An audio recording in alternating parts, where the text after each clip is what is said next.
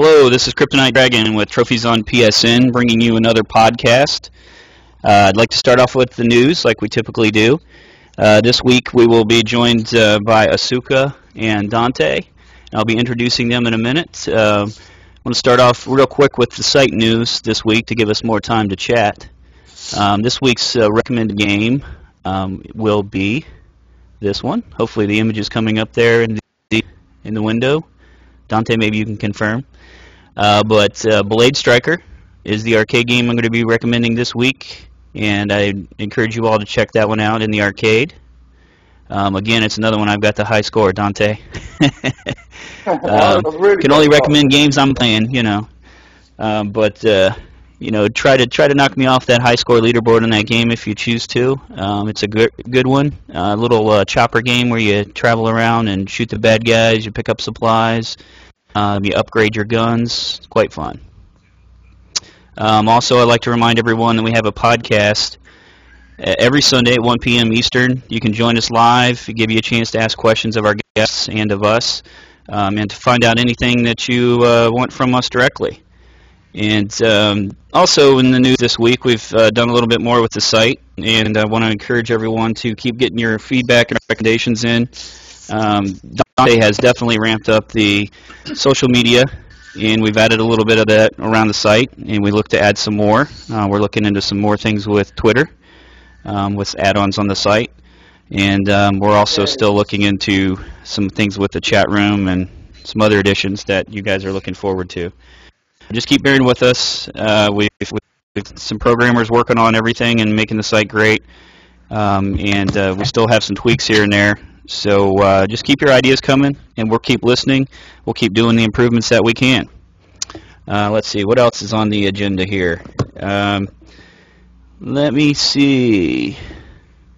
I want to also remind you guys that, with the arcade, I'll be adding games from week to week. And if you see something out there in arcade land and flash games, let us know, and I will try to get that on our site.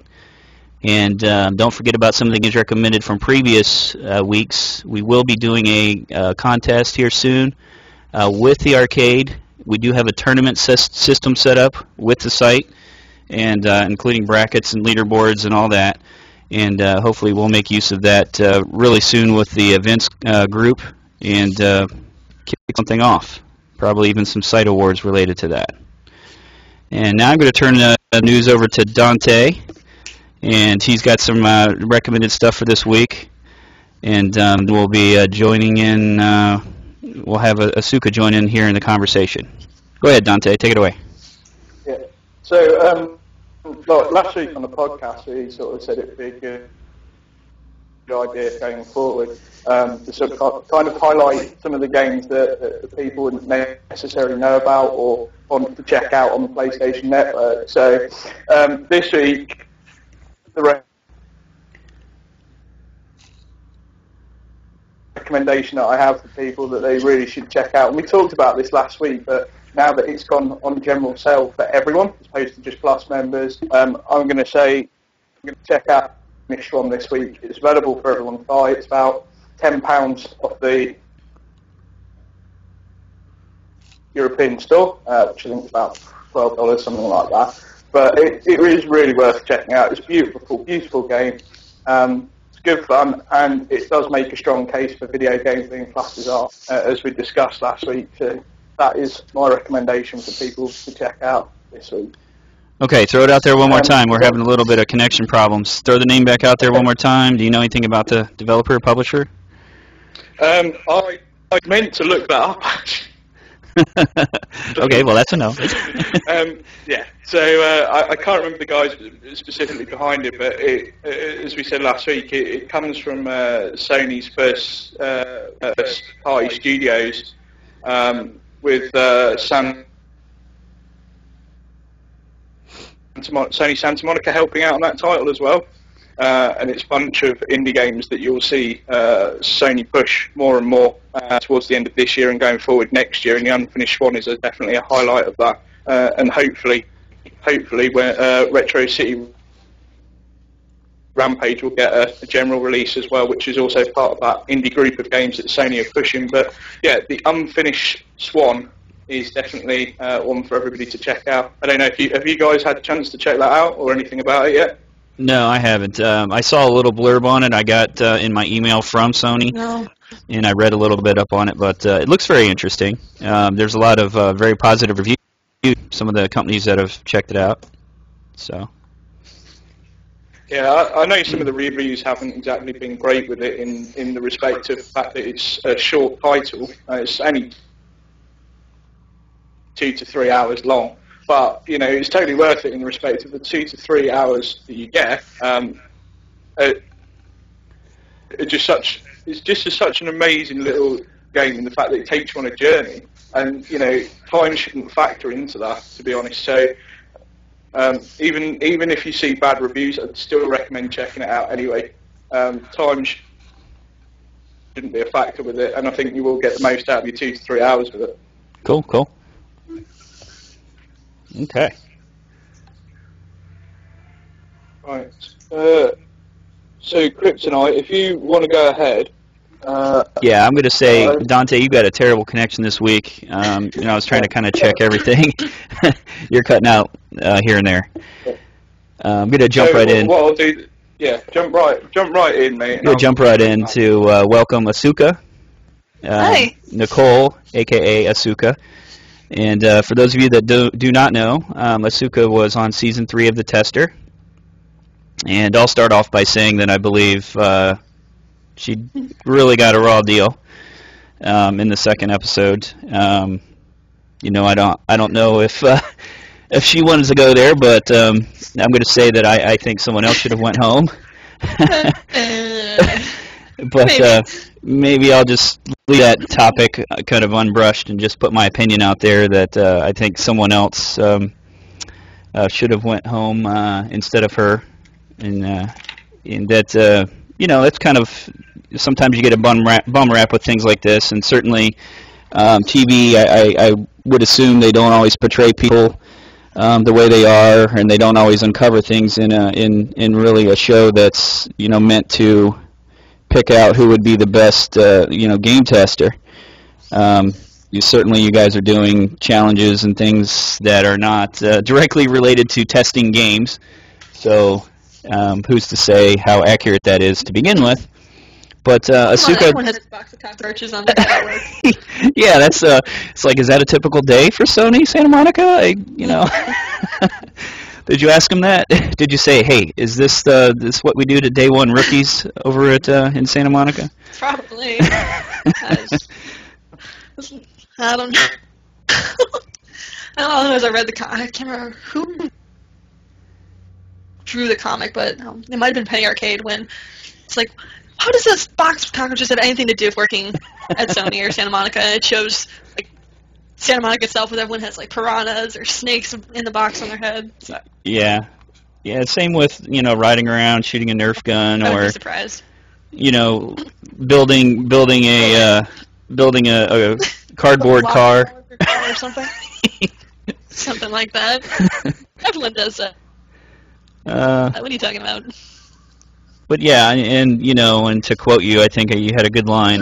No offense, David Jaffe, but that's bullshit.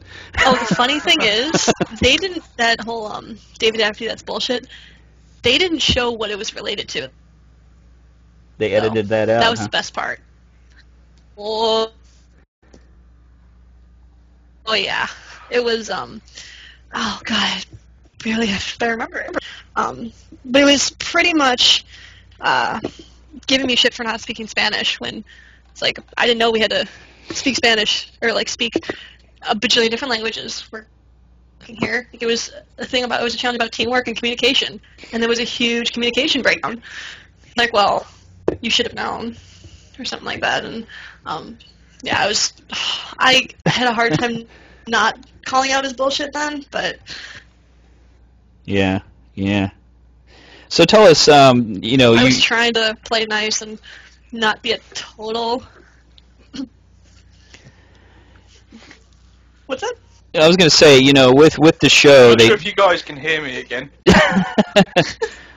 A little bit. Yeah, we can hear you a little bit. I was just going to say, with the show, obviously they try to portray you in a certain way, And Yeah. with the cutting and editing of film that takes place later, what would you say was the biggest misconception and stuff about you as a player and as a person that occurred because of that editing? Well, because of the editing, if you look at like the various YouTube video or the cast interviews, cast bios, the episodes themselves on YouTube, I'm, according to likes and dislikes, is probably the most hated cast member by far. And in reality, I'm actually very shy. I'm not like one to get in someone's face. And it was just, I started watching episode 2, but to this day I cannot finish it. It's so upsetting how I sounded like a raging bitch. Like the first time I saw it when it came out, I was pretty much in tears. So I was definitely, they pretty much mushed together anything slightly remotely bitchy, and then just kind of ran with it. So I talked to the lead editor for it and kind of made my piece, and he's like, that's part of my job. So yeah, it was kind of crappy. That you had mentioned before, and I've seen this around, that Asuukaa, nobody really knows how she was cast. Do you think that a part of this stems from anytime you have a show, it's almost a strategic move to put someone in that's going to be a thorn in everyone's side or somehow stir shit, so that it keeps the show as interesting and dynamic as possible for viewers? Do you think? It's hard to say if she was almost casted / planted like that. She does have an entertainment background. I mean, she hosted a show in the Dominican Republic. She's a model. She does the acting. She's been in music videos, so she knows how to work a camera, for lack of a better word. But that being said, she does play games. She plays mostly fighting games and not much else. But it's tough to say. Would she have really wanted the job at Santa Monica? Probably not. But yeah. I was just going to say, if you sort of got the skills to work a camera, why would you even go for it in the first place? Because I'm pretty certain that the job that you're all fighting for is not going to cover that. Right, but it definitely helps your portfolio a little bit. Oh no, absolutely. Yeah, Dante and I were talking earlier about how. Oh, I'm sorry. Go ahead. Oh, no, I wasn't going to say anything. I was just going to say that people overseas like Dante, people from most other countries are usually not invited. He was mentioning that there's almost some restrictions for taking anyone outside of the U.S. or that speaks really good English, and that's kind of a limitation of the show in terms of that. And otherwise, I think you would probably get a lot of Japanese. You would probably get a lot of people from overseas that would probably come and be on the show. And I also noticed, personally, a lot of young people on there. I know it's not a real high-paying job and whatnot, but oh my God. Actually, there's some older gamers in the world. Yeah, there's a ton. And the funny thing is our cast was I'm 27. I was 26 at the time of filming. I was kind of in the middle to higher edge of the age spectrum. I want to say Sky Diddy was the oldest, and I think he was close to 30, give or take, if not 30 itself. But yeah, we had a wide range of ages, but you have to be at least 21 with the amount of alcohol they put in the tester lofts. Dear God, the alcohol. But other than that, yeah, it's mostly young people. That being said, it's production assistant / QA tester. That's kind of how you get your foot in the door with the company. So I can understand why more younger people would do it, especially because it's essentially, it's a low-paying job. It's the first step working for Sony. So I know people would be a little more hesitant if they had like a full-blown career already to try to essentially get a demotion. Yeah. Yeah, well, speaking of that, I mean, you come from a chemistry background. That's not anything, minor. How would you translate into being interested in working in Santa Monica? The funny thing is I work in quality control. I work in quality assurance. So Okay. up until they said it was a production associate job, I was thinking QC, QA, I did that already, and they're looking for a QC tester. I know how to inspect for quality already. I already have a background in that. And in terms of my career, I had just started. Like, I just finished grad school. I was pretty much just at the beginning of looking for a long-term career. So for me, I thought it would have fit in just fine. Oh, okay. Okay. So, tell us... a better place to start than Santa Monica if you're going to go into the gate industry. Yeah. Yeah. Definitely. Yeah, it's kind of hard to do it from Wisconsin or anything like that. And it's like you said, it's a stepping stone because a lot of people, especially if you're on a show like that, you're going to get more attention out there to move into other areas. Right. So, as Dante, you were talking about, was it season 1's winner? Moved to PR and then it got laid off? Oh, that was an interesting rant. I can understand why he'd be upset. Like, I don't know if I would go that far and rant like that, but more power to him because he's a lot more guts than I do. From what I read as well, sorry, I was just going to say, I think from what I read from the guy who won the season 1, who then ended up in Sony PR, he did have he did make quite a good point, which is with Sony being kind of down in terms of sales and the company as a whole is struggling, why on earth would you fire half of the PR department? Why not actually invest more money so they can do more to promote their products? Because as we all know as Sony product owners, if there's one thing that Sony doesn't do a lot of and hasn't done for the last couple of years is promote their products properly. Right. And talk about promotion. Ironically, I just looked on the TV and there was a Bridgestone commercial with their old friend Kevin Butler on there, so I just had to kind of mention that and get a chuckle out of it. Totally no Wii references or anything. No game references whatsoever. But apparently he was testing like hockey puck shooting and stuff. Yeah, there's we've been wondering where Kevin Butler's been. We covered the Kevin Butler thing last week. Yeah, we've been wondering where he's been, and of course Sony, talking about their direction. Of course, they're hurting from the tsunami, and they're hurting from the hacking that took place. So we're kind of wondering what their direction's going, because they're touting the new 4K Ultra HD TVs, which are huge. They're 84 inches. It's confusing watching Sony try to find their ground with advertising, and wondering whether they're actually restructuring, or they're actually having some serious financial problems, or both. Right. So we're keeping our eye on that to figure it out. It'll be an interesting couple of years coming up just to see what exactly happens with that. So you didn't have a regular job that you left to go out there to be on the tester show? I actually had just started my job. What'd they think of that? I hadn't even been there. Well, the nice thing is my direct boss is a gamer as well. Oh, okay. Oh, so the funny thing is we were told we can't tell anybody what we're doing. So I kind of went to my boss and said, "Listen, I'm going to be on a reality show. I'll be gone for maybe a week. I have vacation." I didn't tell him what the prize was. I won't say, "Hey, if I win, I'm not going to work here anymore." But the funny thing is, when we weren't allowed to talk about it, like 51 Minds and Sony and everything. The funny part was, and as you guys saw, especially for the episode 2 outtakes where Asuukaa had a bawling fest, there's a phone in there. And when we got there, they said, "Oh, well, you can call people. You can tell them you're on the show. Just don't tell them what the challenges are, who got eliminated." I'm going, "But you told us we can't tell anybody. What the hell?" Okay. So I'm assuming you went back to your job after the tester had ended. So I'm guessing did your work colleagues talk a lot about it? What was their sort of reaction to it all?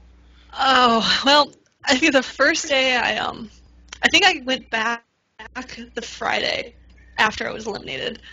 Because filming started, I want to say, November 1st or 2nd, I think. But yeah, it was like the very next day after I got home off the flight, I went to work, and I was wearing my tester shirt, and of course I walked in and my boss goes, "I take it you didn't make it that far." Like, no, I didn't. Like, sorry. But yeah, they were giving me some crap for it. They'll look up the videos, and every once in a while when they want to rip me, they'll start playing them, just like turn the speakers up. But for the most part, they're pretty positive about it. They're pretty supportive. So, Cool. I guess after Mike found out, or my boss found out what my the prize was, he kind of looks at me and goes, "You know, you should have told me what the prize was." Like, I know, but I didn't win it, so good, right? So, do you still have any aspirations for moving into the gaming field?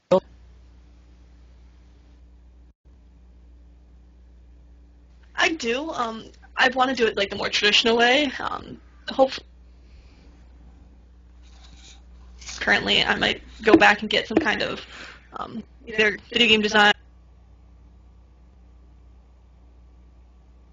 and then maybe take that route. But that being said, I'm like in the back of my head, I'm going, well, if they remember me from the tester and they saw the bitch I was apparently, so I'm hopeful, but I'm always going to be like a little pessimistically worried about it. Get a career change. Is it design that you want to go That being into? said, I wouldn't mind moving because, as we all know, Milwaukee, Wisconsin. I'd want to do writing for sure. That would be my main aspiration.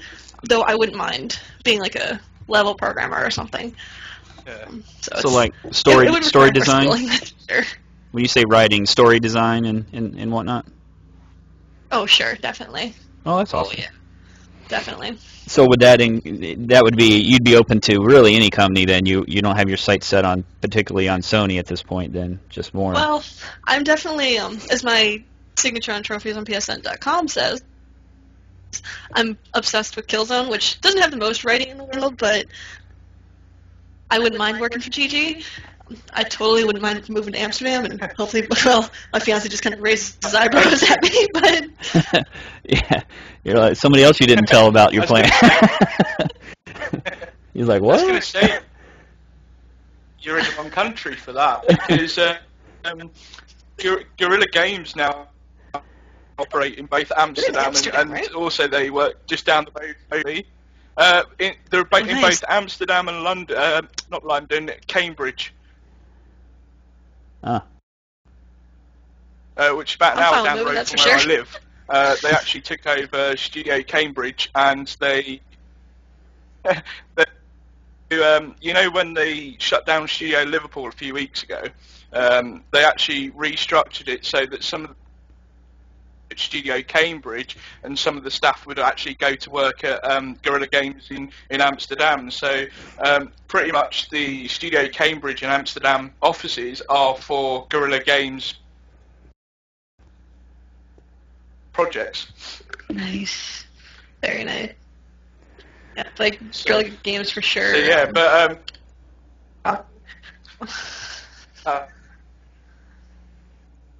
I was going to say, if you're aspiring to writer, then it surprises me that you said Guerrilla Games, because as much as I love Killzone, they're not well known for the quality of writing. But having said, I had this mental image about you aspiring to perhaps maybe someone like Naughty Dog. Naughty Dog, it's tough for me to like them because some of their games that people like a lot, I don't. But yeah, like Infamous. I'm a prototype girl. That's why I cosplay as Mercer, really, or crossplay. Yeah, it's still down the road. I mean, for all we know, like take Radical, the current prototype 2 was released and shut down like months later. So we'll see who's around in a few years. Yeah.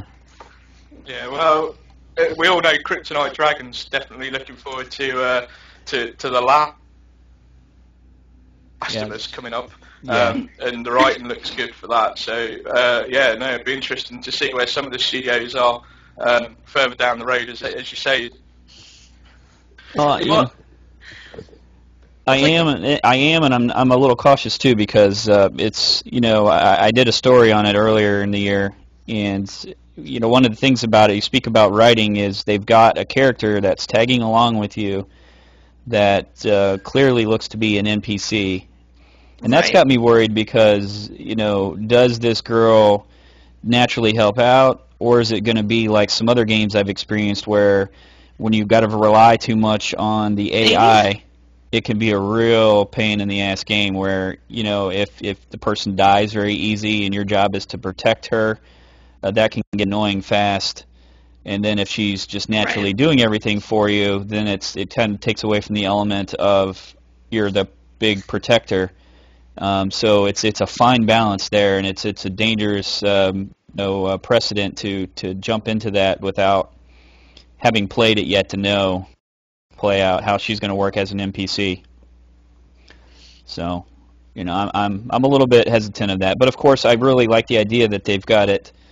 It seems like the fighting is it got so much variety. You're making weapons. You're holding a gun to someone's head, and he's not struggling, and then as soon as you point it at another enemy, he starts struggling. And a guy recognizing the sound of an empty barrel clicking. All that stuff's really cool. But I'm real worried about the whole NPC element of it with the girl that you're trying to get to safety. Agreed. So. It's like, for me, another one I'm looking forward to, I don't know if I'll get it right away, but Assassin's Creed 3. I didn't really like Altair Ezio, aside from it being too many games. I kind of like what they were going with it. And Connor and Adeline both just fascinate me. Speaking of game industry, I know this year, kind of like last year, I'll probably be applying for the Fragdal Cadet program, so hopefully that be a potential step in the door for me, so fingers crossed. What that is. Explain that a little bit. Well, the Fragdals started a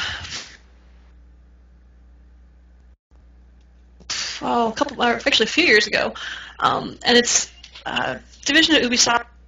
They hire female gamers to both promote their products and as well as be a competitive gaming team. Myself, for Gaming Clans, I'm a member of PMS, and Amy Brady, she is Valkyrie, one of the Fragdals. So they do blogs, they do video blogs, so on and so forth. The Frag is kind of like the Fragdal Juniors. It is pretty much to learn the business and actually attend all these shows like PAX, E3, and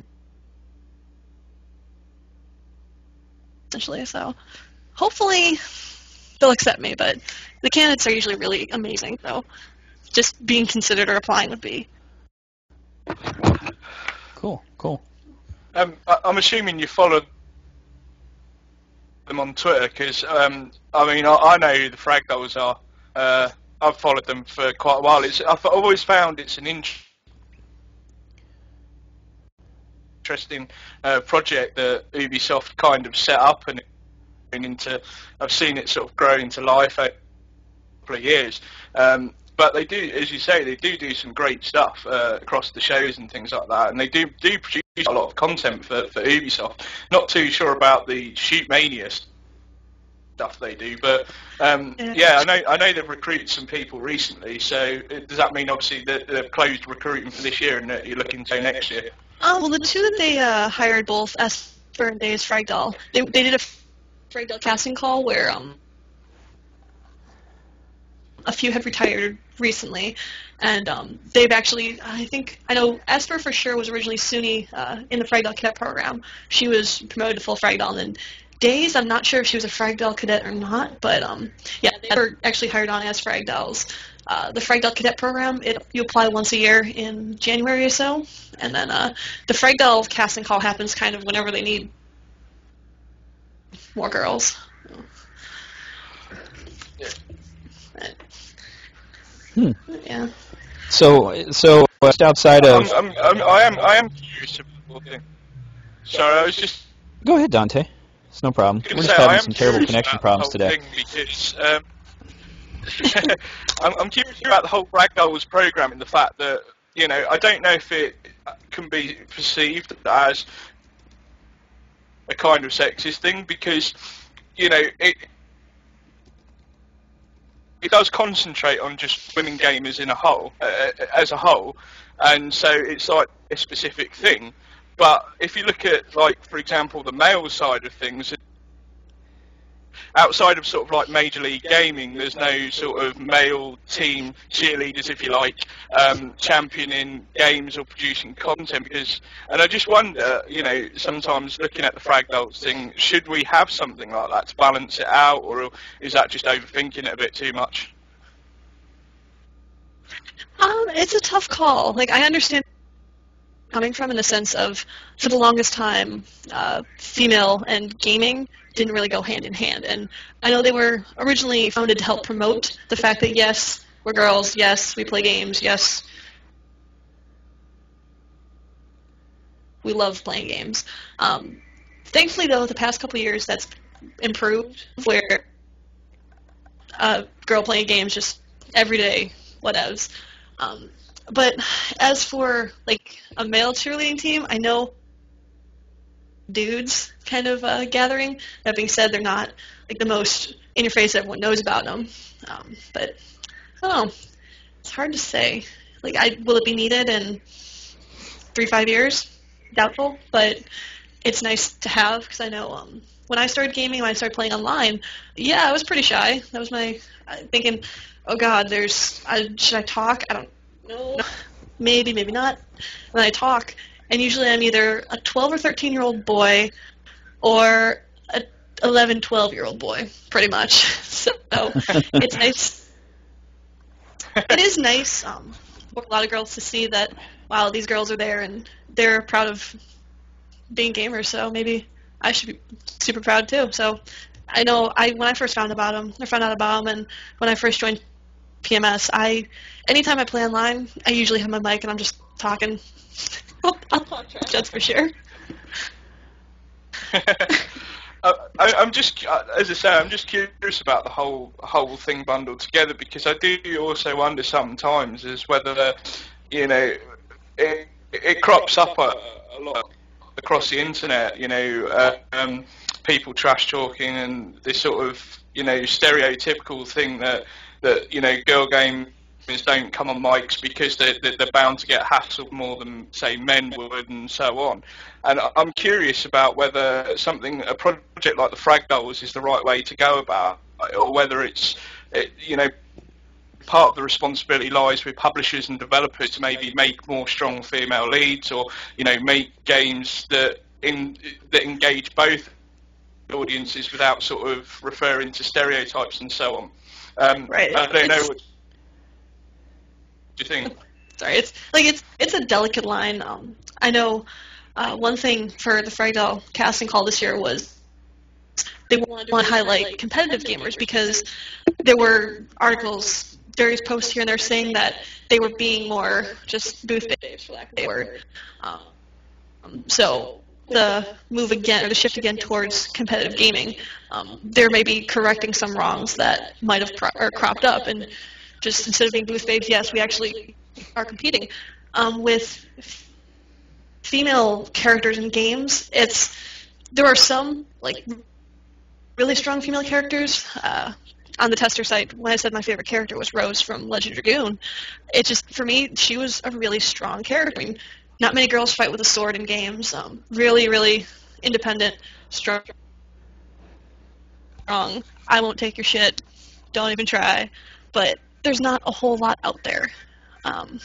They do crop up here and there, but that's still something that needs to kind of change a little bit, and that would be the developers and producers that would have to do that. they'd have to make more strong female characters and make them believable. Because you can be like a buff and tough girl in a game, but if your character is meaningless and pointless, then it's not really going to go over very well. So Well, it then has to be done right. you also have a lot of games that you can only play as a man. Right. Well, you don't have a think- choice of a female character, and so I mean that's there's a lot of that too where it seems like women get forgotten about. Oh, yeah. I mean, obviously some of it, if you have like Call of Duty and it's a war game, people don't picture female characters in that, so game companies don't put them in there. But still, you think it would be nice if they thought of you guys like, hey, maybe I want to play a woman character instead of a male character, and have some kind of way to pivot the story and make it, Definitely agree. It's like anytime I'm given the option, I always just play female characters. Like with Killzone, again, because my obsession with Killzone comes up again. I know in Killzone 3 there was Jammer. She was pretty much just a pilot, for lack of a better word, but she didn't really... She was there, but she didn't really... The story would have been fine without her. That being said, going back to Killzone 2, there was character Evelyn Baton, I don't know how to say her last name, but she was a scientist in there. She didn't really pick up a gun ever, but when Radek actually... We're pretty much interrogating her and Templar. Oh, she stood her ground and pretty much said, no, you're not getting what you want. Like, I'll die for it. Like, she was a strong, strong character. She was there. She didn't take shit. It was pretty nice. But yeah, it's, I would love to have more options with male or female characters, but yeah, like you said, with certain games, it's hard to imagine. Question, Dante? I'm always curious as to why that's... I was going to say I'm always curious as to why Activision and EA haven't sort of done more of that with their franchises like Call of Duty and Battlefield and so on. I mean, we often forget that, especially like with the war game genre and first-person shooters, that, there are women soldiers out there on the battlefield every day fighting for their countries, and so not to have them represented in video games kind of astounds me a little bit. And I know this cropped up earlier on in the year because there was big hoo-ha about EA Sports not actually giving gamers the option to also have female design your own character sort of thing, design your own teams within games like NHL, Major League Soccer, or for us it will be FIFA games, and EA said this is not something that's being demanded, so they're not going to do it. And I just wonder, we can the blame on the publishers and the developers, but does there need to be more public following with it? Is it something that women to a certain degree need to push the developers and publishers for more of? Oh, I completely agree. And just take most sports that have women divisions. Usually they're not as well known. There's not as much attendance. There's more apathy to them. Like that's why, total plug here, but that's why I love the sport I do. I play roller derby, and it's a sport where, yes, there's men's teams, but they're few and far in between compared to the amount of women's teams there are. Women's leagues across the world, really. It does have to be demanded more, but even if you look at most sports nowadays, women's leagues are they're not as popular, for lack of a better word. So maybe it's one of the... Maybe these companies are missing an opportunity here to show that they support female gamers. Maybe Sony needs a Mrs. Butler to come in and take the game system away from Kevin or something. Nice. It's my turn to play. Well, I mean, just... Actually looking at cake toppers for I just want to come back to the EA thing. It does seem kind of weird, though, in the grand scheme of things, because if there's one thing that the EA have, sort of really supported and been outspoken for within their games is rights.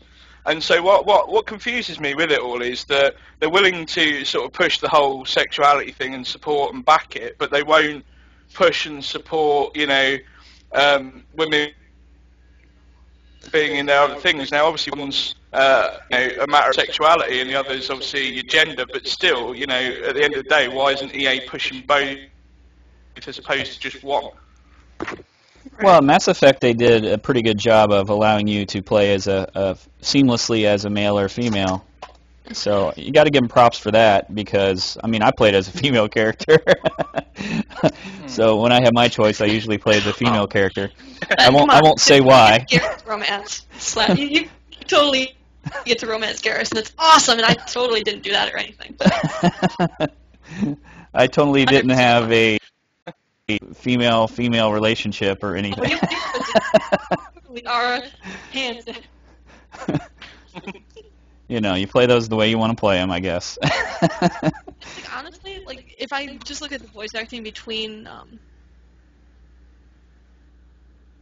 male Shep and fem Shep, I personally enjoy. I cannot remember her name to save my life, but I prefer fem Shep's lines. They're a lot more. They're full of emotion. To me, male Shep just sounds kind of like flat as a board, or monotone, boring kind of thing. Now, on Mass Effect 3 or 2? Because Mass Effect 2, she sounded kind of bitchy to me. Well, I can't speak on that because my character renegade according to Vegeta in Team 4 Stars, DBZ abridged. So my character was kind of naturally bitchy. Yeah. Oh, your whole civilization died? Too bad. I'm busy, yeah. watering. So, yeah, my character had a It'll lot be of scars. Scars. Yeah, a little scar on the face never hurt anybody. It'll be interesting to see how it all.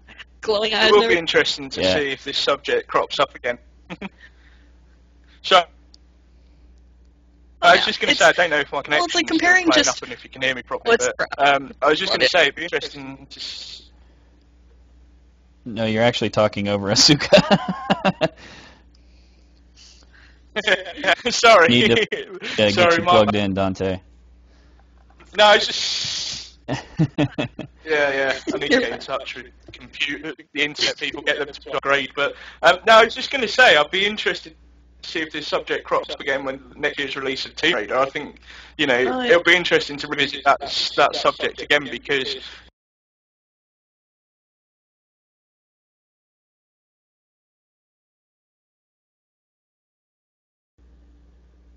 At the Eurogamer Expo and went to the Crystal Dynamics developer session, that there was a very real, very vulnerable, gritty feel to it. There's this vulnerable young woman, and so I'll be interested to see if the whole sex issue sort of crops up again next year when that releases. Yeah. Well, just comparing a decade ago to nowadays, there's already been huge improvements made. So down the road, could there be a completely perfect gender equality in games? It's possible. Well, it's very possible. It's just there's got to be a lot of things like Tomb Raider where you have to take a step and have the guts to back the step. I see it eventually equaling out once in a while. So tell us, Asuka, some of your favorite games, what you're playing now. I don't want to make this all about girls and Tester and all that. Let's hear about you. What do you like to play, and what are your favorite game genres? I come from a very RPG background.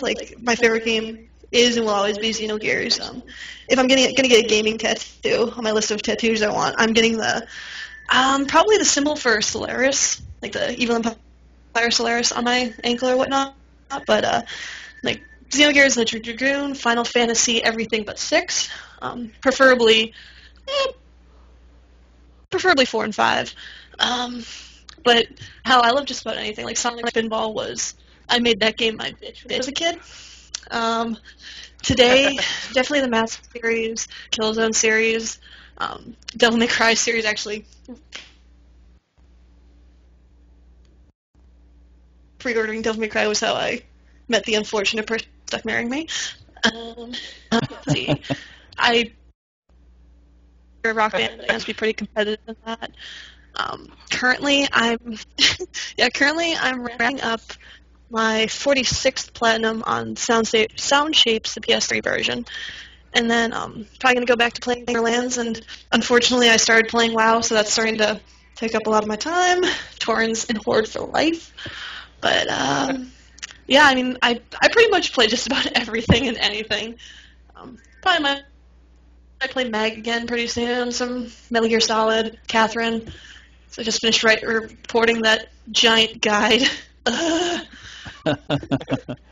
Yeah, I'm looking forward to reading that Catherine guide, because Catherine is one of those games that I absolutely love, and it sort of really, in terms of what people's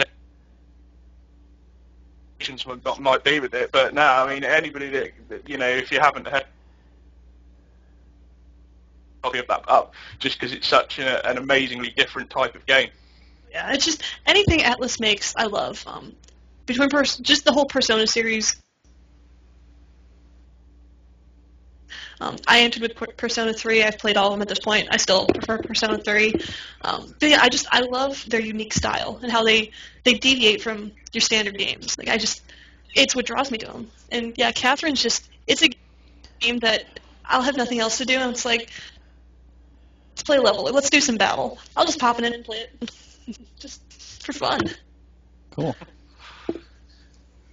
Cool. So, what about you've done some work with art. You seem to like that. You use Photoshop, GIMP. What's your skill level there? Entirely self-taught and just kind of whatever looks good to me. I know there's people out there that could kick my ass 10 times over in making images, but nowadays I really like cutting out images or rendering images from a background.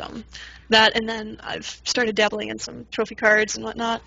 But yeah, some somebody GIF on images. My gallery or showcase that I had a grungy cell. I just do what I like, and I don't really have an idea of what I'm gonna make. So I just kind of say, I like this render, I like this background. Let's see if we can make something that doesn't suck. No, you're good. Yeah, I've been doing Photoshop for a ginger with no soul. Oh, thanks. I kind of do have that handicap that actually makes me look good and everything else. But no, I like your GIF images. A lot of people have trouble working with them, the motion cards and stuff. So yeah, cool. I originally came from Trophies.com, even though I didn't like some of the bullshit that certain trophy guys members over there liked doing, so I kind of left them. But yeah, making cards like that was a really big.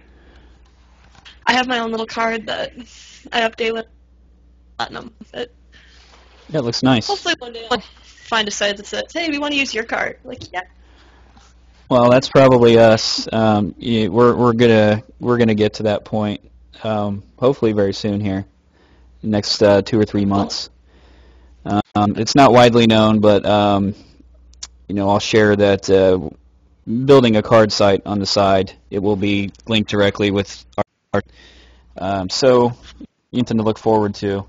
It's definitely a project that's very involved, especially the way I want to do it, because I hope to completely do things different than other card sites. Not to reveal too much, but I certainly like your idea of the motion cards, and thank you for actually sharing that with me. So do what I can. I know I'll be tapping up probably yourself or the graphics team soon, because I need a unique platinum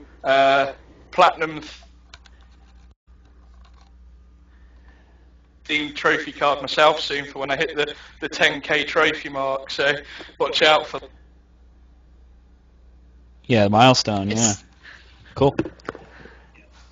It's like what I totally don't tell people is I originally made I made the trophy card Photoshop file so I could eventually just have it all set to go and let people download it for a like a zip drive or whatnot. But yeah, that trophy card, I kind of might already have every single platinum that I know of in existence on there for people to kind of play with, so that's all set to go. Yeah, well, Like yourself card. one of the things that So. people don't realize Never is got around to downloading it. GIF imaging. To create that, you typically need a program that creates the GIF image, so it's very difficult compared to just putting an image up for a trophy card. So to make it motion, you actually have to have a little bit more input from users. And to run a program like that in the background, sometimes you can open yourself up security-wise, having people post anything with GIF images. So, it's one of those things, it's something to work out with a programmer. But certainly platinum cards that are in motion and stuff like that, it's a very good idea. And it's something that's missing from the trophy card world. For sure. But yeah, I definitely see how it could be dangerous on one end if not done properly. No, and I forgot to ask you. You seem to have made some friends from the tester and everything like that. Do you keep in touch with them? One of my favorite characters was Mo Chocolate, and do you keep in touch with those guys? Oh yeah. Yeah. Yeah, we have it's called the Tester Lounge, I believe, a hidden Facebook group that has people from all 3 seasons, most people from all 3 seasons. Brent Goki as well, and Meredith pops in here and there, but we keep it all the time. And actually this past April, I invited Quaja, Sky Diddy, and Mo Chocolate to, I work at Anime Central in Chicago, Illinois. I gave them some passes, and we all kind of met up and had a little reunion / meet and greet Mo Chocolate, so they're just amazing people, putting it nicely. Mo Chocolate, what he was on the show is what he is in real life. He is crazy and awesome. I perceived that he was like that in real life too. He did not come across at all as like he was putting up any kind of, TV face, So That's it. Just Mo and Sky Diddy are pretty much the same person. It's just one's a lot taller than the other. So having together, a riot is an understatement. Cool. So are you doing anything with podcasts and vlogs and stuff like that on your own? Have you tried to continue with your following from, being on TV? Is that something you keep up with? Recently, I haven't honestly had enough time, just with work and roller derby really kicking up as of late. But I used to do some podcasting in the past. It was a home-specific podcast, originally called Nameless Ones, now Gamer in Depth, or gamerdepth.net if you want to see current ones for that. Let's see here. I have a blog, but after my dad passed away earlier this month, I've kind of left it to the side for right now, but eventually I'll be getting that back. I think I named it the randomgamer.weebly.com. I'd have to look again. Let's see here. Yeah, it's like, as of late, I've kind of taken a step back from everything just because of all the stuff that's been going on in real life. But, I do things on occasion when I have time for them. Yeah. Sorry to hear about your dad. That's terrible. My condolences. Sounds like you've got a lot going on with getting married and whatnot. It's better now. God, yeah. But, with my dad, he was stage 4 lung cancer for 2 years. So, and actually, he was last year. I even mentioned to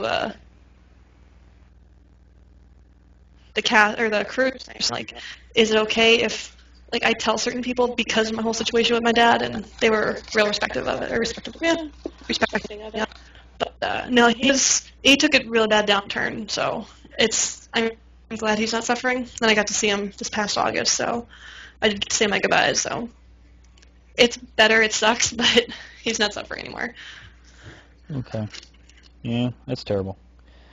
Well, it sounds like you've got a lot of plans on your plate. I mean, you're already a chemist, and if you're going to, still try to get in the industry and you're getting married, it sounds like you're very busy. I can understand stepping back, and It sounds like you're even adding to your platinum count. You're catching up to me. I've been stagnant for quite a long time. Been so busy with catching up to me. I'm just under 50 platinums myself. Nice.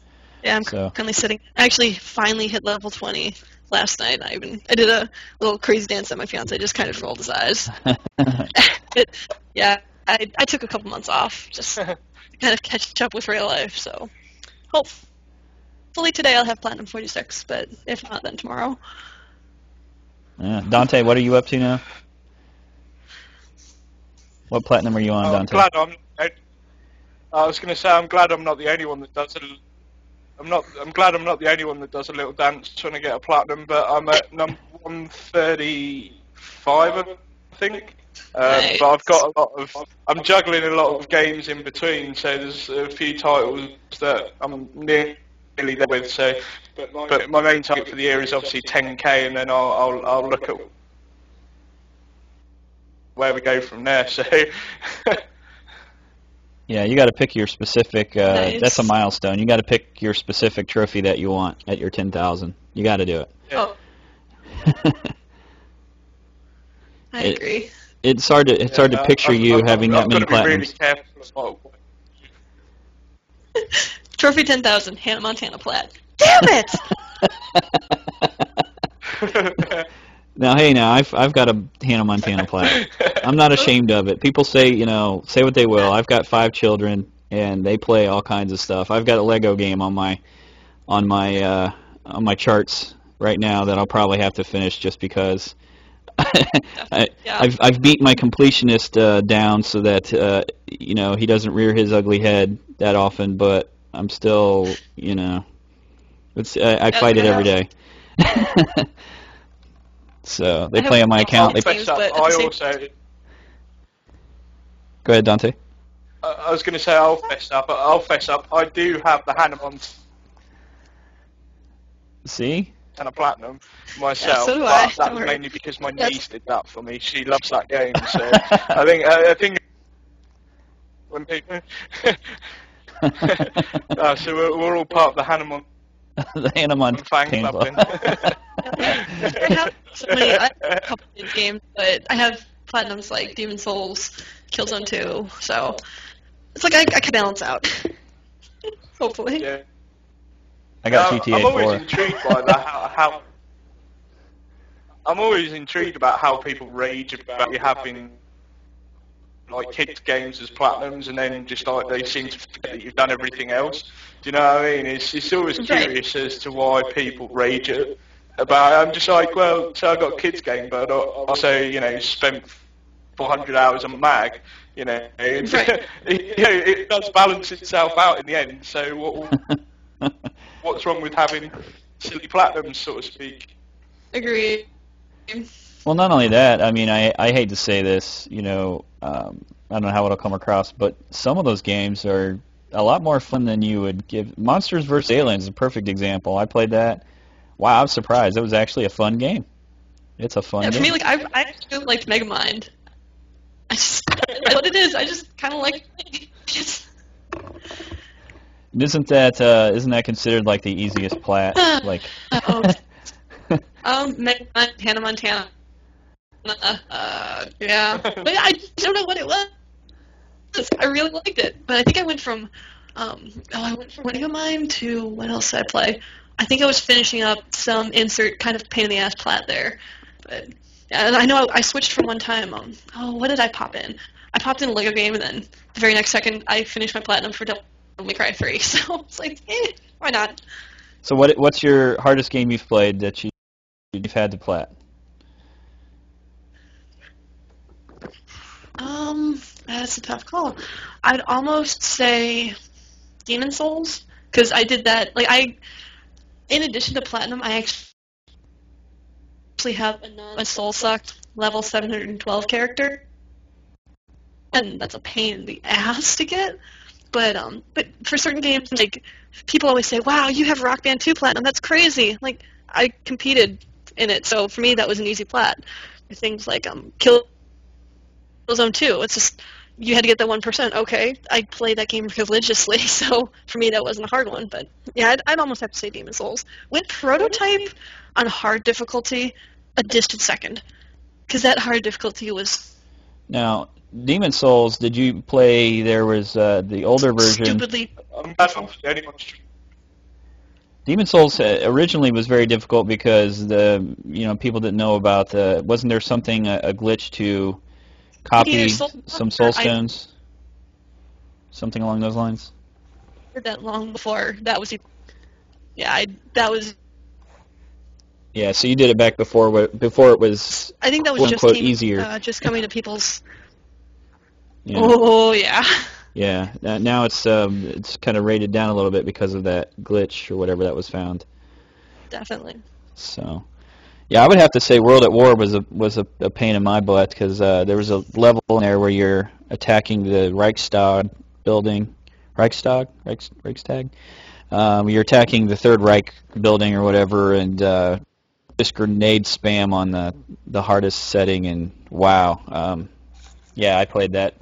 I remember playing like 8 hours straight on that one level, just trying to get to the next point where you would spawn, and it was just excruciating. Even more so than like a grind with a GTA or anything like that. It was just it was just difficult. It was like too on Elite difficulty when you don't have the targeting reticle on the screen. I didn't use the whole use a piece of tape bullshit, but just the final fight with Radek and all of his cronies, the number of times I just had to just turn off the game, calm down, and try it again. Yeah. You get like totally ticked off, and you're just like, oh, I can't even do this. Oh, yeah. I feel all your pains, to be honest. I've been exactly the same. I found Prototype 2, not Prototype 2, the original Prototype quite difficult on hard. Killzone 2 was a bitch with the Radek fight, and World at War with the spamming of grenade. So you have plats in all those, Dante?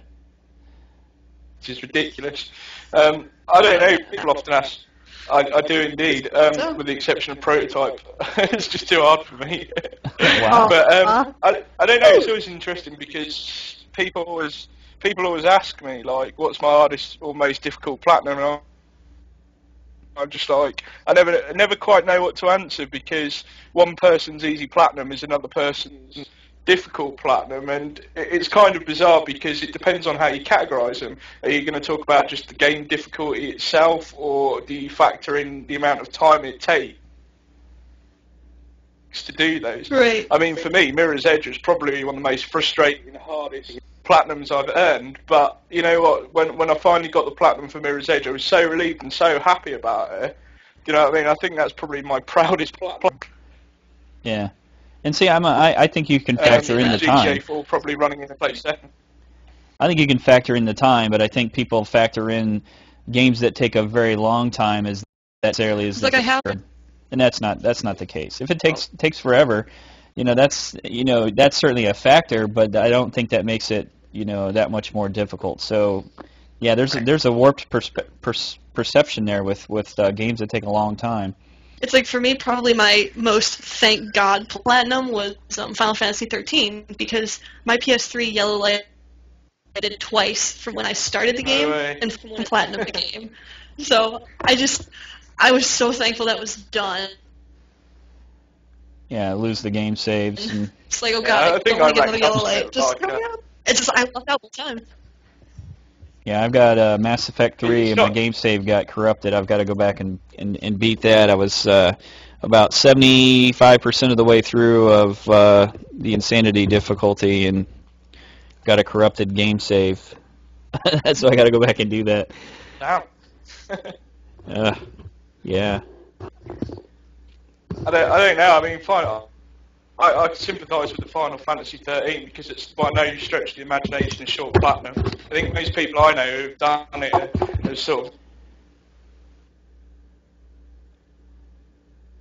racked up 170 odd hours. I know my final time on Final Fantasy 13 was 178 hours. Damn.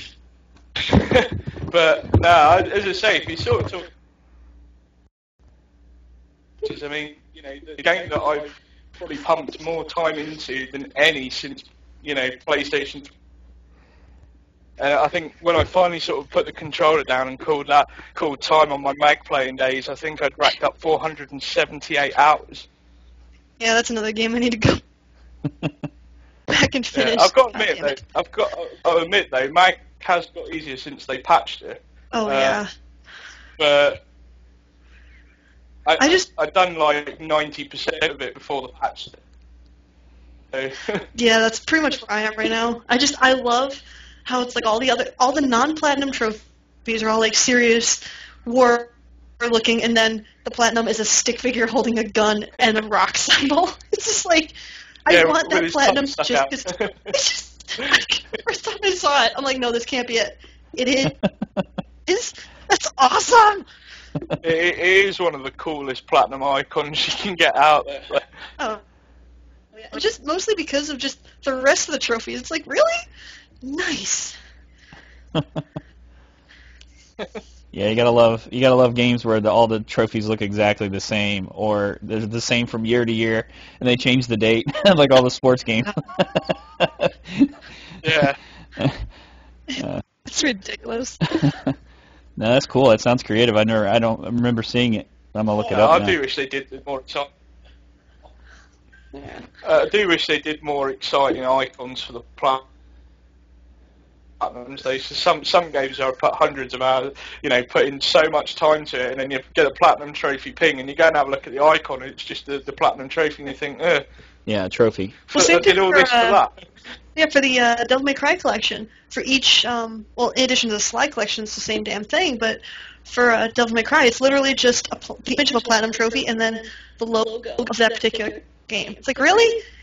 Oh, come on. You could do something better than that.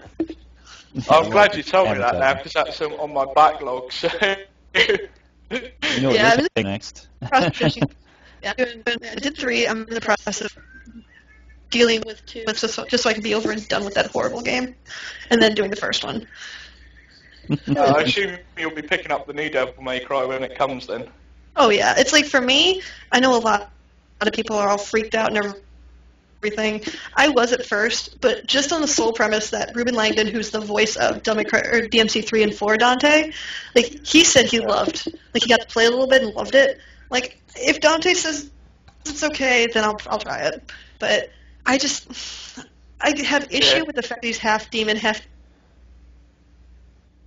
angel now. Just go demon human, be done with it. We don't need angels in here. It's just kill devils. Problem solved. But I'll give it a shot. I think the problem with it is that basically Ninja Theory is sort of drawing a line on the law behind Devil May Cry, sort of trying to do the same thing as what Crystal Dynamics are doing with Tomb Raider in respect that it doesn't matter if there's been games released in this franchise before, they no longer exist in the universe of our new games, so therefore they don't count. Right. I sometimes wonder, if that's a good thing. I've actually had a chance to play the new Devil May Cry, and I've got to be honest, forget all the hoo-ha about Ninja Theory sort of taking over or the art style of it. The game is bad. Really? Yes. I've seen so many design elements thrown in there for just the sake of throwing it in there. The story just... I found myself after like 10 minutes of playing the game, I didn't care. And that's coming from someone who loves Devil May Cry, do you know what I mean? My PSN name is based around Devil May Cry, so... I don't know. It'll be interesting to see more media over it coming, because essentially I sort of I got to play over 2 different levels. It did 2 different things, but I don't know. Sort of my gut feeling and gut reaction with it is it's not looking good. But that may change going forward. I think Ninja Theory have demo coming in January. So I'd be interested to see if that demo is the same thing that I played, or if that's going to be something new, because I think if they really want to turn people onto the game, then they're going to have to put out a demo with new content that isn't an old build of the game. Just find out in January. Damn it. Sorry. Sorry. Sorry, I didn't mean to put off it.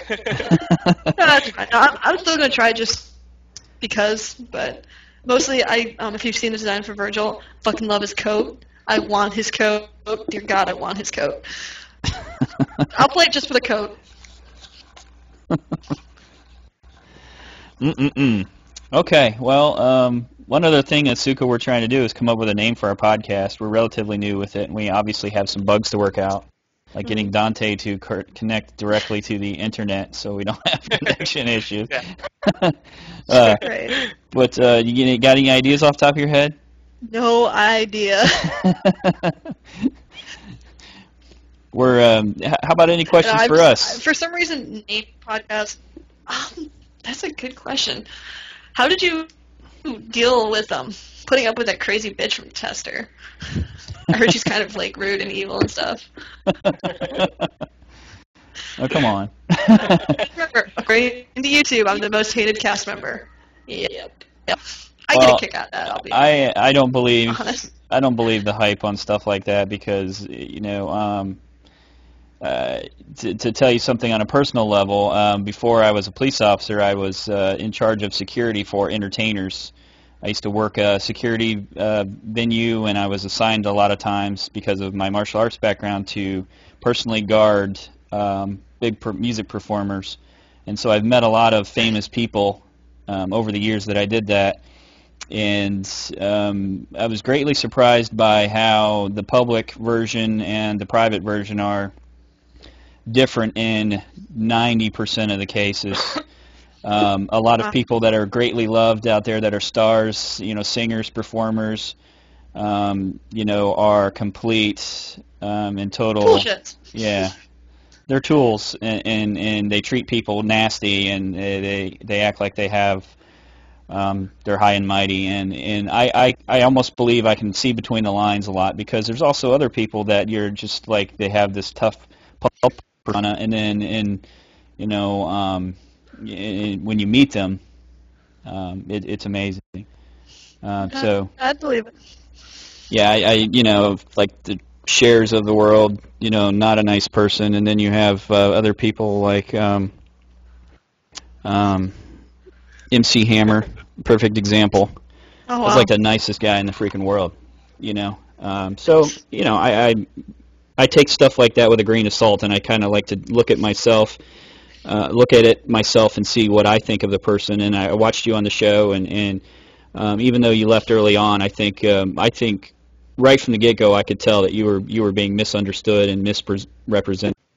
You were stating your case, and I think that came across as you were headstrong trying to throw someone under the bus. But everything you were saying to me was like, well, that sounds exactly right to me. Like, what's the problem here? And plus, well, with the whole thing where, she said she never built houses. Like when I mentioned that, of course, they show the one clip where she said she didn't say that. Yeah. Well, again, one thing that was edited out was not only like her admitting, saying, "Oh yeah, I totally said that," because the whole cast was like, "No, we heard you say it. You did say it." She goes, "Oh well, I've built birdhouses before. I figured they were the same thing." It's like, but it's one of those things that we just kind of knew someone. Oh yeah, that's something to get the shaft for. So. Well, if you'd have learned, maybe if you'd have learned a foreign language or two, then maybe she could have talked to you in her native language, and maybe you would have understood. But yeah, I take stuff like that with a grain of salt. What's that, Dante? I was just going to say, for us on the other side of the pond, because obviously people listening in from the site, we have a lot of Australians and European members. We're sort of all looking at this with intrigue because we don't get the tester over here, and it's something I would like to see Sony push content like that over here. So for all us, this is like essentially the first time we get to know you because we haven't seen the tester, we've not had the opportunity to do that, so we don't know so much about the controversy or so-called controversy that may or may not be there. But it's good to, as Chris said, sometimes it's just good to ignore that for a minute and sort of concentrate on the person, get to know them, because then it sort of puts all the other stuff in context. Yeah, you guys don't have to brush with reality TV like we do over here. I know, we still have that. In fact, that's for sure. They're just better off producing actually good shows out of America, Butchers and stuff. Walking Dead. Yeah.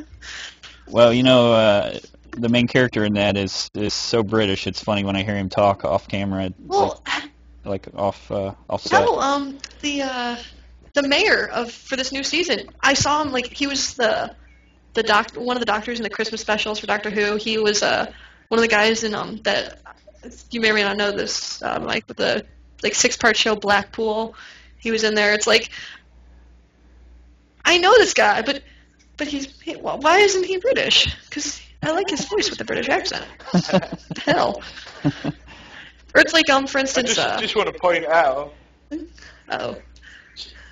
Sorry, I was just going to cut in and say, I just want to point out, if anyone does get a chance, you might want to check out a program called Teachers that was done around about early 2000s that had Andrew Lincoln in it, the guy that plays the sheriff in The Walking Dead, and it's absolutely hilarious because it covers teaching in British schools, and it's so funny that I would recommend people check that out. I definitely will. Yeah, cool. So, Asuukaa, what stuff would you like to see on the site? Is there something that you would like to say, hey, let's try and get that? One of the things I'm trying to do is just build a site. It generally caters to all the members. What do they want to see? Well, I like the whole trophy cards and chat boxes especially. I know, I might not be #1 poster all the time, but I have no problem going in there and talking to people live in a chat box. So that would be definitely a good thing to look forward to. And yeah, the trophy cards is people wear trophy cards on all different sites, so that'd be a good way to promote the existence of trophies on PSN for sure. Yeah, we've never done any advertising, if you can believe that. haven't made that jump yet. We've just been doing the word of mouth thing. So, but how did you hear about us? Did you just find us, or? Through Mike, and we're in a Facebook group together. I said, let's check it out. So. Yeah, he's definitely winding up the social media.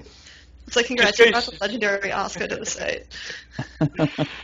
It just goes to show that social media works, and me and KD have talked about this a lot, and to see it all ramp up as well, and obviously to have Asuukaa on the podcast as well, just goes to show that it's something that we want to push to get people to the site, because as Asuukaa just said, there's so many good things and so much potential going forward. We really need to tap into that. Agreed. Yes. You've done a great job, Dante. I really, I'm a social media idiot. I have Facebook, and it exploded when right before I had my high school reunion, and I got so fed up with all these invites to everything, and charity this, game mafia this, Farmville that I really shut it off. But it's a great way to connect, and I think that going forward, every site is almost going to have the Twitter, Facebook connections. Most definitely. People look forward to that so much. So yeah, they can't afford not to, really. I mean, 1 billion people on Facebook. 145 million tweets a day. In the grand scheme of things, it's something that's going to be coming forward. And I just wanted to say, while we're on the podcast as well, I want to encourage more people to keep using those like buttons at the top of the threads. Yeah, and we're having trouble, like I said, differentiating, because we can be found on iTunes, we can be found on YouTube, we can be found on the site with the RSS feed. We can be found a lot of places that you can see our podcast. So, keep in mind, if you go and see us on Twitch or something, you can also find us on YouTube and things like that, where you can subscribe to our channel. we're looking forward to growing that. It's a great place to get feedback, and I like feedback. I'm all about the feedback. Well, how can you get better if you don't know what to fix? So. Exactly. Exactly. I'm a champion of getting that back to us. But I did want to ask Asuukaa another question quickly, if we've got time, because I'm conscientious of how long we're on the podcast for. One of the things we are looking at growing with Trophies on PSN is just the overall content of what we're able to offer. So I wondered if you had any thoughts or feedbacks about actual physical content that you would like to see across the board. So, if we did more videos, what sort of videos would you like to see, that sort of kind of thing?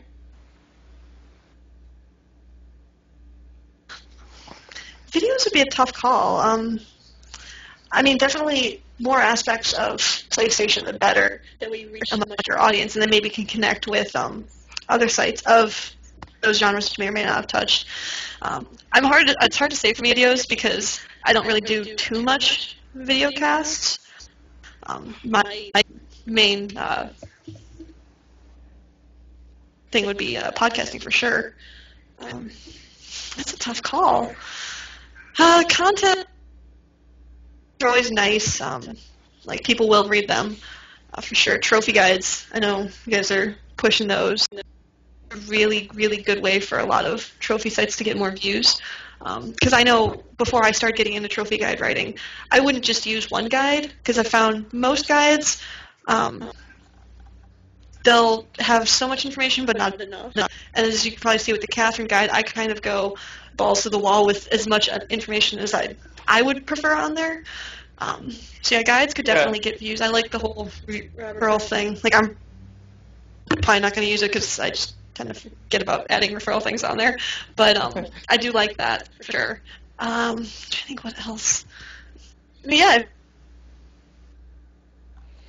if you want to branch out into something of Sony outside of just trophy guide collecting, maybe just really highlight, just PlayStation Store content or things like home. That's where my podcast was earlier on.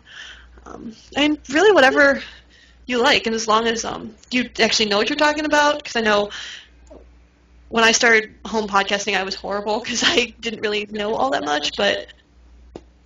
Well, you lost me there. Explain that part. PlayStation Home has podcasting? Oh, well, I used to be on PlayStation Home all the time. I loved playing all the free games and doing that and having my house decked out with freebies. I was actually in the inaugural group of PlayStation Home community volunteers, and we worked directly with home staff to get to the users a lot more efficiently. But it started off just a group of friends, myself included. We just wanted to talk about weekly home updates or potential what ifs, what would we like to see, what don't we like to see, and a whole bunch of other people did it with their own podcasts and videocasts and machinimas and whatnot. And there was the social media and the podcasting and the blogging and everything got so popular within home that if you go into the theater, there's at least one theater dedicated solely to user-generated content. Actually, the podcast I used to do, Gamer in Depth, they're in there almost weekly. Replay with Doc from Season 1. He has his own show on there. And it's a really nice venue that it's you're featured in home. So it's definitely a cool aspect to it nowadays. That may be something we need to explore then, because I'll be honest, I haven't been in home for a long time, and that's due to certain issues. It can be quite frustrating in having to load everything up, right. And I've always thought that if home was going to be the Sony flagship application on PS3, then why, when you boot your PS3 up, do you not go straight into home? Because they enabled you to be able to launch games from home, so why not just go straight into PlayStation Home every time you turn on your PS3? And I'm also quite disappointed about the fact that there's no sort of home integration with the PS Vita as well. So, but I'd be intrigued at looking into producing more home content for Trophies on PSN. Yeah, I wasn't even aware of that. I originally was the same way, Dante, and I had a lot of problems with, I had to keep reloading home onto my PS3 to get it to work. And then they changed everything up, and I used to encounter a lot of problems early on with the people that would just be very annoying there. It's almost like it was, you had people that were not, they weren't being moderated. You'd have people following you around, you know, spamming their speech across the screen, and you're just like, you know, I mean, come on, dude. Yeah, it's like you had anything better to do. It's like it's gotten better, but yeah, you'll still have the bad apples here and there. The nice thing is they increased the amount of moderation staff, so. Sounds like it might have improved for Like the I've better. seen people That's get good. kicked. Oh yeah. Yeah, my wife would get on there and get like invites to private video chat with, I mean, just getting hit on by guys because she had a female avatar. Well, seriously, it was pretty ridiculous. I mean, just a female going in there. You know, it's, you know, it was problematic at best. Yeah, that happened to me quite a bit at first. It was one of those growing pains things, but That's but cool. yeah, I'll have to look into it again, give them another shot. So you think a section on the site for putting in podcasts? Is that something then really what you're getting at? that'd be Like, definitely. Oh, for sure. Make it more. Make it so people like can get to it immediately if they so choose. Definitely have like a feature section. I know the front page has something similar to that. One thing I've noticed with front pages on various sites I've been on, I never go to them. Being brutally honest, I just link directly to forums. So if there's some way to create a feature thing on the main forum page, that could definitely be beneficial for people like me that just kind of my bookmark goes directly to the forums. she's bypassing your news stories, Dante. Well, it's like, because I can get them in the... I'm glad you... Well, it's good to get some honest feedback, you know. I was going to say, I'm glad you mentioned that, because every time we do post the news stories elsewhere, I don't actually post them from the front page. We post them directly to the forum, because it kind of does make sense to promote the forum post as opposed to the main article, because then people can give their feedback within the actual forum itself, whereas obviously on the news front page, you've got the article, but you can't sit and comment on it. You know, there's only pretty much like or stuff. I still think that the front page has its uses, but I think, you know, I don't think it's perhaps maybe as important as the stuff. Maybe one issue to address with that is, and this is probably something we'll have to discuss at some point, KD, is perhaps maybe look at whether we can get a live ticker bar going across the top of the forum, which will highlight anything that's going on that's new, so that as soon as you go straight into the forum, bam, you've got a ticker bar saying what's going on within the site. Yeah, I've actually seen that on a couple sites before, and that's actually really nice. It's just above the forums. It's in this big yellow box. It's like it definitely, and you can, I know, especially with the bulletin, you can set it up so it's either you can click it and just get rid of it, or it's like a permanent box until you go into the bulletin and change it. So it's a nice feature. Yeah.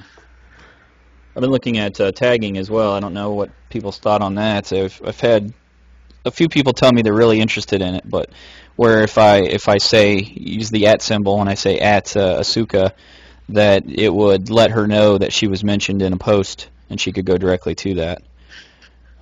Something else that, but I don't know. You know, if we do a chat, you know, I'm worried about kind of doing anything that kills the forum setting too. I don't. You know, the forums are a specific type of input-output where people are, you know, leaving a message up basically that a person can come and get anytime it's convenient to them, whereas the real-time chat and stuff almost goes against that in terms of the same thought process. So, you know, I certainly don't want to kill forum posting by having everybody in the chat chatting about stuff that is useless and doesn't stay there for forever. It's kind of, you know, I don't know.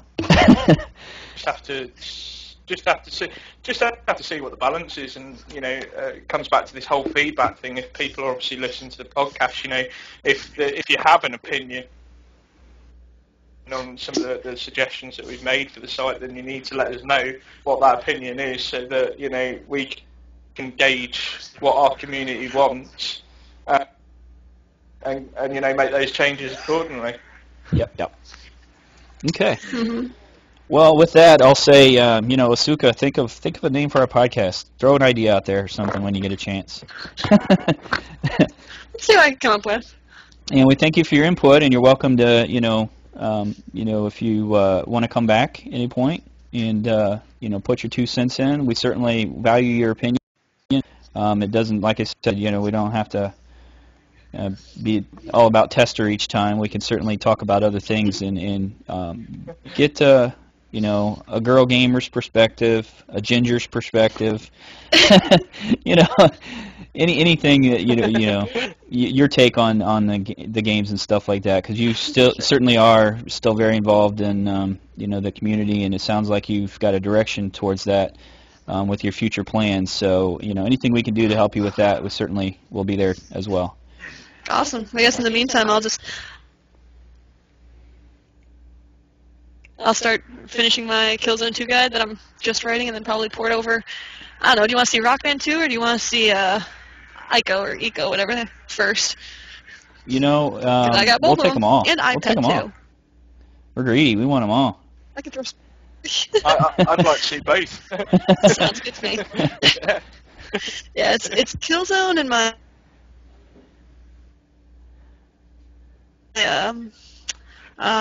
Dragon Age 2 got, again, stupid trophy guide team drama over at certain other sites. They kind of deleted it because they're arrogant asshats. But I digress. Seriously? I'll just rewrite it again. Well, you don't have to mention details, but... Long story short... Yeah. Oh, no. Long story short, I wouldn't drink the Kool-Aid and call them out on their bullshit. So...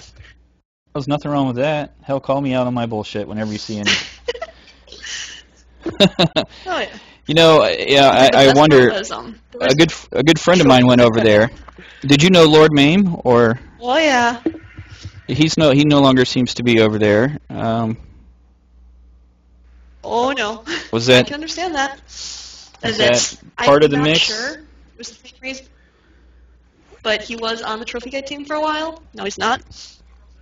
But I think my favorite part about that was there was one particular one that I have disagreements with. It has this elite trophy guide writers group, whatnot, that your guide has to get over 100,000 views.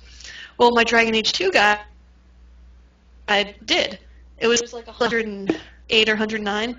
So I'm like, awesome, I can be in this group. All of a sudden, as soon as mine hit 100,000, he made a big deal about it in the chat box and suddenly changed the requirements for his elite trophy writers group to 100,000 views and approval by myself. Hey, I wonder why you're doing that. All right, my guy has 1,000 views. It's just stupid bullshit like that. I just couldn't take and left. Well, let me ask you something kind of indirectly. Was Lord Mame, did he leave as a relation to some of the problems you're speaking of, or?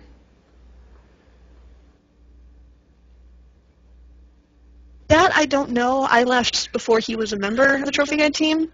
I could understand that would have something to do with it, because there's a couple people that are, well, three in particular, that are like that, and are all related to the trophy guide team.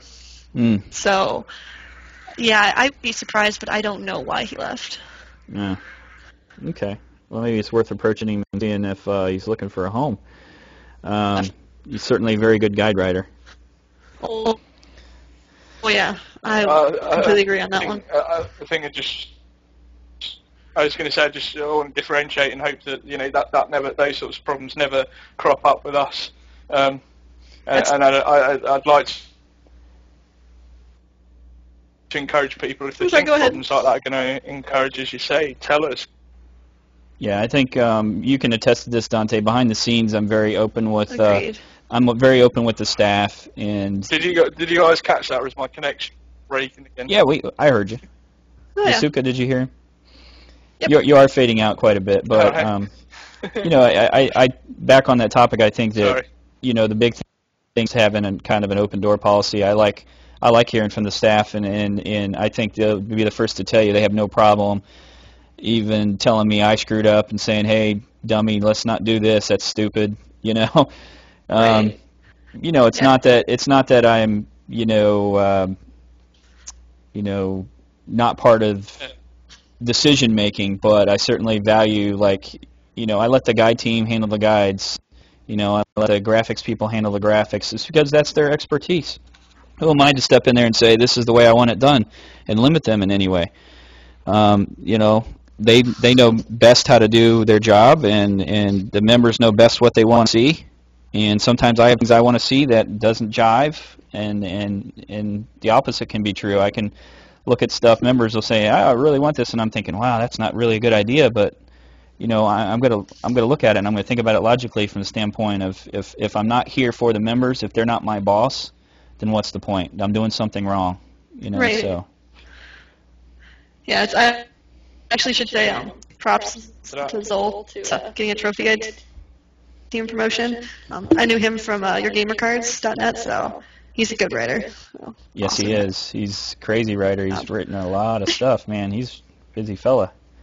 Oh yeah, he is. English not his first language either. I mean, that makes it even that much more of a serious accomplishment. It's just amazing. Hell, then he could do well in the tester. So. Yeah. One last funny jab in there. That's great. Do it again. Well, if That's quite a lot of accomplishments at the moment, isn't he? is there going to be a season 4, Asuka? Do you think? I might have just talked over Dante. How everything's sounding, no. Dante, if there Cyrus is. said, no, it's Cyrus mentioned that the producer for it was let go. I know Meredith has a show I think called The Man on Playboy TV that she's hosting currently. Around about this time last year was when we were getting ready to go to the loft. So I doubt at this point I'd love to see a fourth one. I know there was originally a possible fourth one, like a whole half new people, half returning members. I know that was talked about once or twice, but as for season 4, I don't think there's going to be one. Yeah. Which really sucks. Yeah, they wouldn't be starting it on time if it was to come up. Well, we were going to send Dante if nothing else. For sure. Just to point out. Yeah, send me, I'll do it. But yeah, no, I was just going to point out, if anyone from Sony does listening to the podcast, fingers crossed that somebody does, make Tester Season 4 happen and make other programming content as well, because that's one thing that PlayStation Network needs more. Yeah, I'd love to see more content. Yeah. Agreed. Okay, well, so wait and see. I want to thank you both for being here. If there's not anything else, I think we'll call it a day. And I certainly appreciate having you on today, Asuka, and hearing, not only about your tester stuff, but about you. Greatly appreciated. Thank you for sharing your ideas. And I've got a list here going, so I am going to look into them and take it seriously, and we'll see about getting a chat. A room for podcasts on there and all that. Awesome. And Dante, thank you as well for being here. We need to work on your connection. You're lagging us out. You really are. We'll see what we can do going forward to make the podcast a little bit stronger. I apologise about my connection. It's all right. Sorry. I should say thanks for having me. You are welcome. For sure. I had a blast. You are welcome. Thank you to our viewers. Yeah, no, it's been great to have you on. Cutting out again, Dante. don't forget to contact Dante Shut.